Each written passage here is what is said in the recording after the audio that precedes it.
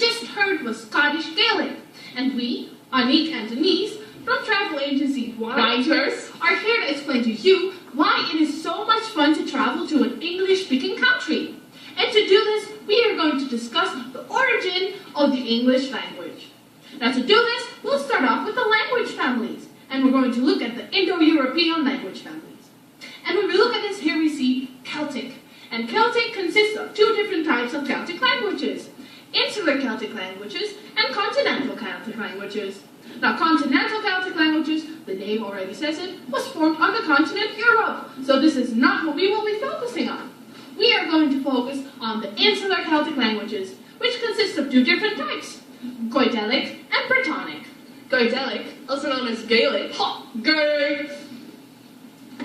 mainly consists of Scottish Gaelic and Irish Gaelic.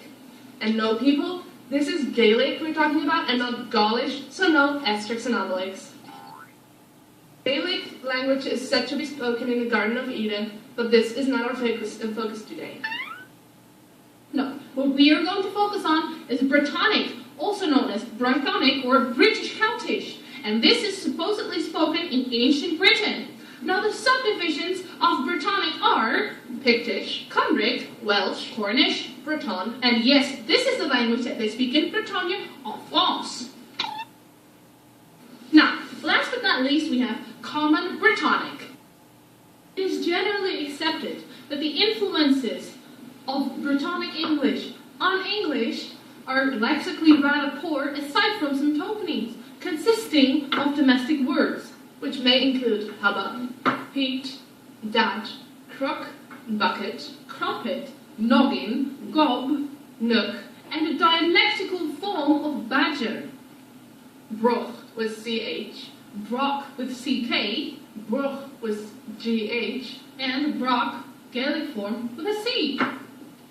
It has been argued that the use of periphrastic constructions using auxiliary verbs, like do and be, in the English verb is traceable to Brittonic influences, although some find this very unlikely and prefer a hypothesis of North Germanic influences over Celtic influences. For example, in literary Welsh, you can have two forms. You can have caraf, which means I love, or irifin caru, which means I am loving. And here, the Brittonic is exactly mirrored in English. Whereas in the Germanic sister languages of English, you have only one form. For example, in German, ich liebe. Note that in German, a progressive tense has evolved, which is structurally very similar to those of the English and the Celtic language. For example, ich bin am Arbeiten, which means I am working, or literally, I am at the working. A similar structure is also found in modern Dutch. Now, these parallel developments suggest that the English progressive is not necessarily due to Celtic influences. Names derived from Brittonic include London, Penkly, Perth, Aberdeen, York, Dorchester, Dover. Colchester. Brittonic elements found in England may include Bree and Bowl for hills, while some, such as Cam or Coombe for a small deep valley, or Tor for a hill, are examples of Brittonic words that were borrowed into English.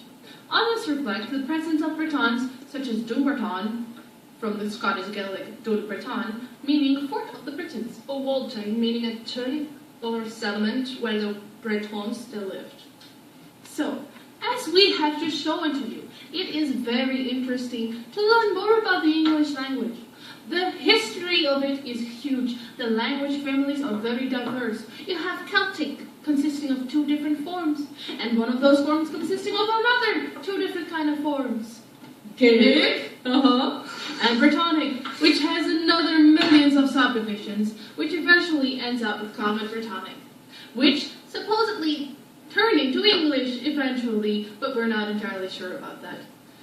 Well, we would like to Tabaklithi for listening and Mars indeed. We hope you enjoy your tour.